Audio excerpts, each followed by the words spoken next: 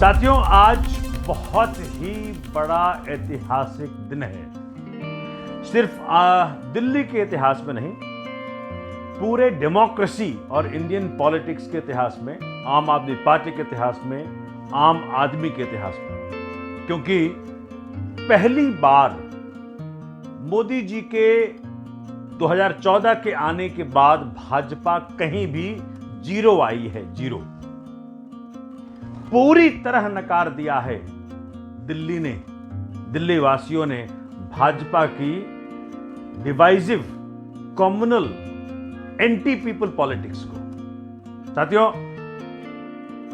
अभी जो चुनाव जिसका रिजल्ट आज आया है, जो एमसीडी का उपचुनाव था, बाईपोल था, उसमें इतनी बड़ी हार भाजपा की जो हुई है, वो यह दर्शाता है कि भाजपा जनमानस से उतर गई है।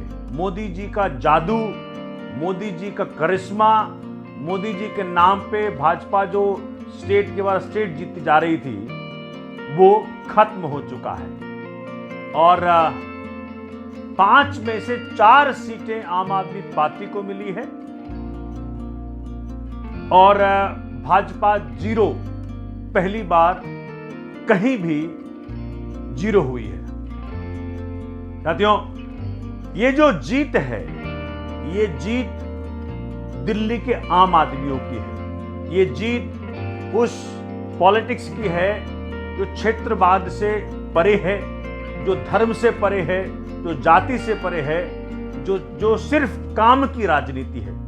केजरीवाल मॉडल ऑफ गवर्नेंस जो दिल्ली में स्थापित हुआ माननीय श्री अरविंद केजरीवाल जी के द्वारा, जिसमें हमने किसी धर्म विशेष के प्रति नहीं, किसी जाति विशेष के प्रति नहीं, किसी क्षेत्र विशेष के प्रति नहीं, हमने सिर्फ काम की राजनीति की। और उस काम की राजनीति ने दिल्ली में केजरीवाल जी को 3 बार मुख्यमंत्री बनाया और इस बार एमसीडी के चुनाव में आपको 5 में से 4 सीटें मिली इस उपचुनाव में, जो यह दर्शाता है कि दिल्ली वाले देश की राजनीति को एक दिशा दे पा रहे हैं। और इसी दिशा के तहत गुजरात में, जो माननीय मोदी जी का होम टाउन है, होम स्टेट है, उनके घर तक के किसी सीट पर आम आदमी पार्टी ने जीत हासिल की। ये घृणा की पॉलिटिक्स, ये किसान को आतंकवादी कहने वाली पॉलिटिक्स,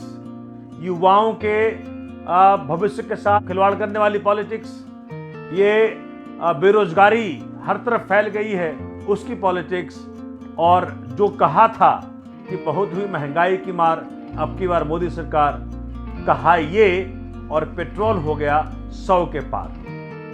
ये सभी चीज मुझे लगता है कि दिल्ली वासियों के समझ में आ गया, देशवासियों के समझ में आ गया।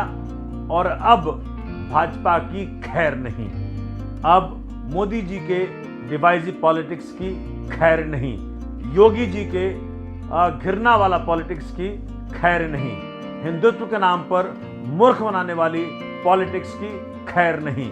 अब देश जाग चुका है कि भाई हमें धर्मों के आधार पर भाई भाई को लड़ाने वाली जो पॉलिटिक्स है, उसके बारे में, उसे हमें देश से, मतलब कह सकते हैं कि देश को ऐसी घृणावादी पॉलिटिक्स से मुक्ति दिलानी है।